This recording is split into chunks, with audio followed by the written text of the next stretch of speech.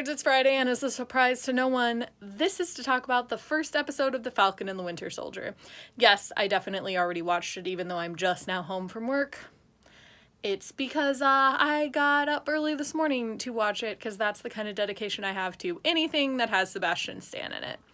I am a shameless fangirl, and that's just part of my personality. I think he's hilarious, I think he's attractive, and I think he's a very good performer, and that's pretty much all it takes for me to watch something.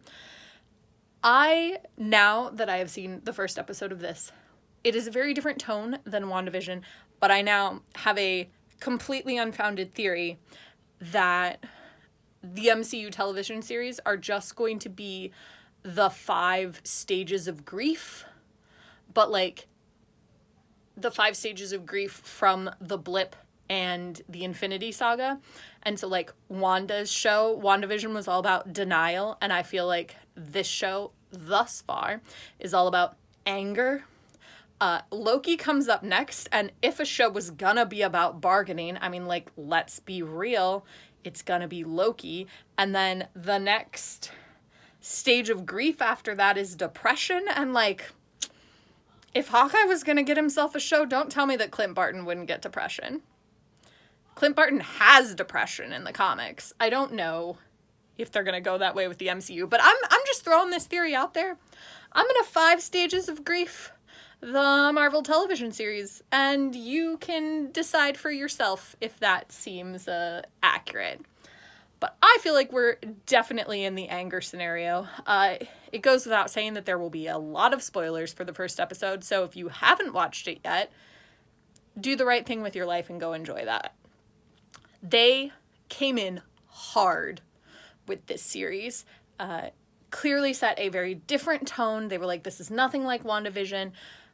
It's not necessarily humorless, because both Sam and Bucky, well, a little less Bucky, but like Sam is kind of funny and sarcastic, and so like there is still a little bit of that like sarcasm and a little bit of dark humor, but not so much levity. Obviously, WandaVision had a lot of like happy levity, because once again, as I said, WandaVision was denial, and now we're clearly into anger. But it opens hard. You start off with an action sequence. It's really, really fun to get to see Sam like do his thing as Falcon, and I really enjoyed that. I liked the way that he did all of the aerial acrobatics. I liked the way that whole thing was shot. It was really fun. It's also fun to see Sam have like a team that's cheering him on, and people are like, yeah, you're an Avenger. Because I feel like you don't really get that for that next generation. Like, there are people who looked up to Captain America, but the fact that there are now people who look up to Sam Wilson, Falcon, I think that that's really cool. And so that was nice. And I liked that kickoff, and I think it set a really, really good tone. And then he got all dressed up, and I was like, oh, wow, this is maybe Steve's funeral, because I thought that would probably happen in this series, and it still could, but I don't think Steve is dead. Instead, Sam is like, I'm not taking the shield and keeping it, I'm donating it to a museum. And the instant he did that, I was like, well, we are in for a trip, because, like, I have seen every Marvel movie, and I know the rules, and I have read a lot of Marvel comics, and rule number 1 is, if you leave Captain America's shield sitting there, somebody's going to decide that there needs to be a Captain America, and so if Sam isn't going to take it, somebody we don't like is going to make Captain America instead. Spoilers for the very end of this episode, that's what happens. They announce a new Captain America because, they need somebody to represent America. Obviously. In the wake of the blip and everything.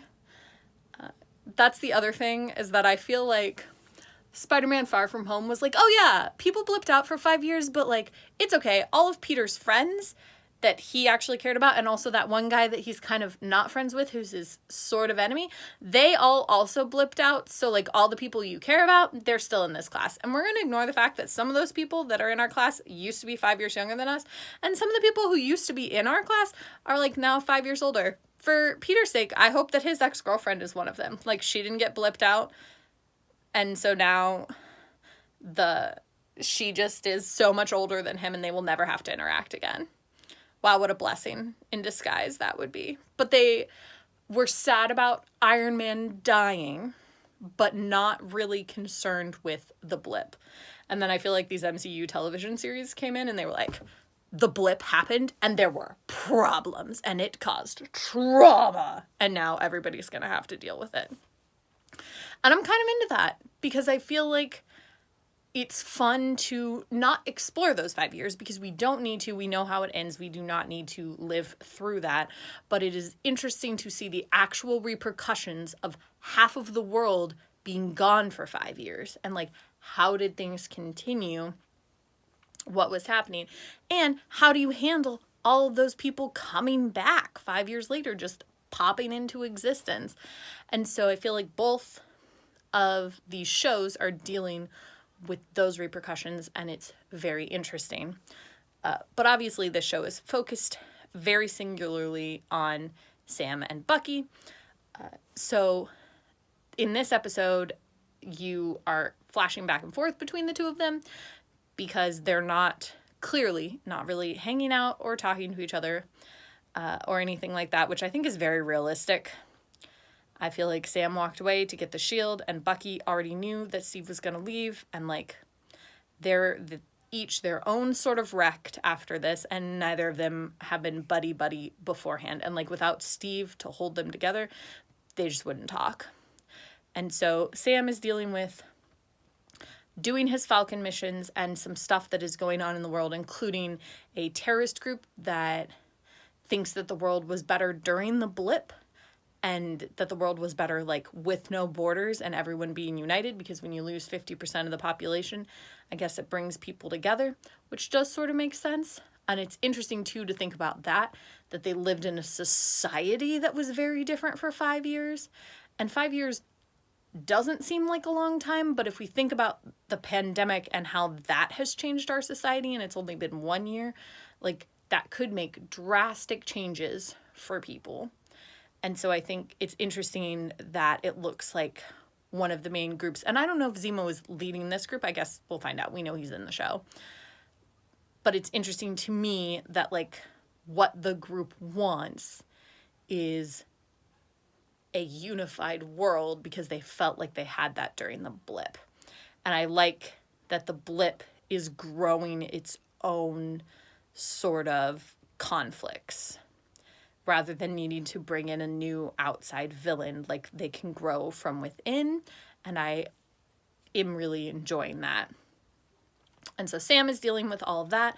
He's also dealing with the fact that his sister did not get blipped away, neither did his nephews, so they're older now, and they have had to handle the family business, and now his sister, like, the business is going under, and she wants to sell the boat and, like, sell that and start doing something else, and Sam is desperately trying to hold on to that, and that's also interesting, and I don't know, like, it's not necessarily explained what was going on with their parents necessarily, but it's obvious that, like, Sam is now desperately trying to cling to things. And I think that that is also an interesting thing to explore. So he doesn't want to get rid of the family business, even though he hasn't really been around to take part of it. And they attempt to get a loan, and the loan officer is like, yeah, but you don't have income for the last 5 years. And Sam's like, yeah, but I was blipped. But I have, like, all of these government contracts. And he's like, yeah, but you're a superhero, and, like, superhero doesn't really pay. And I was like, that's true. I do think about that a lot. Like, how do the Avengers afford to live? There are a lot of fanfics that address this, but it's something I think about pretty frequently. Like, do they have day jobs? Maybe. I mean, like, it's an interesting exploration. So Sam dealing with that, and also some, like, clearly inherent racism is interesting. And then on the other side, Bucky is just dealing with all of his internal trauma. So he's having nightmares, and he is friends with a man who's the father of a guy that he killed. Not a guy who, like, was his mission, just a kid who was an innocent bystander. I say kid, he was a man in his 30s probably, who happened to be in the wrong place at the wrong time And so the Winter Soldier, after he took out his targets, saw that this man had seen him and also eliminated him. And now Bucky is like made friends with that man's father, who's sad that his son is gone. And so it's just very heavy as far as the emotional content, despite the fact that it's his scenes that have a little bit more of the levity, because Yuri is pretty funny and they're obviously making some jokes. He also is going to therapy. He's a terrible patient, which should surprise no one. But there are moments of levity too there, because the therapist is also like not taking any of it. And so there is a good balance, and I feel like we're really getting to know the characters, and it's really fun to see that the television series, obviously there are going to be external conflicts. We had Hayward, we have Zemo and this terrorist group, and whatever else we're going to end up building to. But it's nice that with a television show, and I think it's partially because it's stretched out so long, they can really explore internal conflicts too, and like dealing with that sort of issues. And so I'm looking forward to the way the rest of this series goes. I think it's going to be really, really fun. I'm looking forward to having Sharon Carter back because I love her in the comics, and I'm hoping that she gets some of the adoration that she deserves and some of the time she deserves. Like, Agent 13 is a BAMF, and I want to see that. And I will be there every Friday, no matter what. So if you've seen the episode, please comment, let me know what you think. How do you feel about this new show? What are you excited for? What are you interested in? What are you worried about? And do you believe in my MCU television 5 stages of grief? Let me know, and I'll see you tomorrow.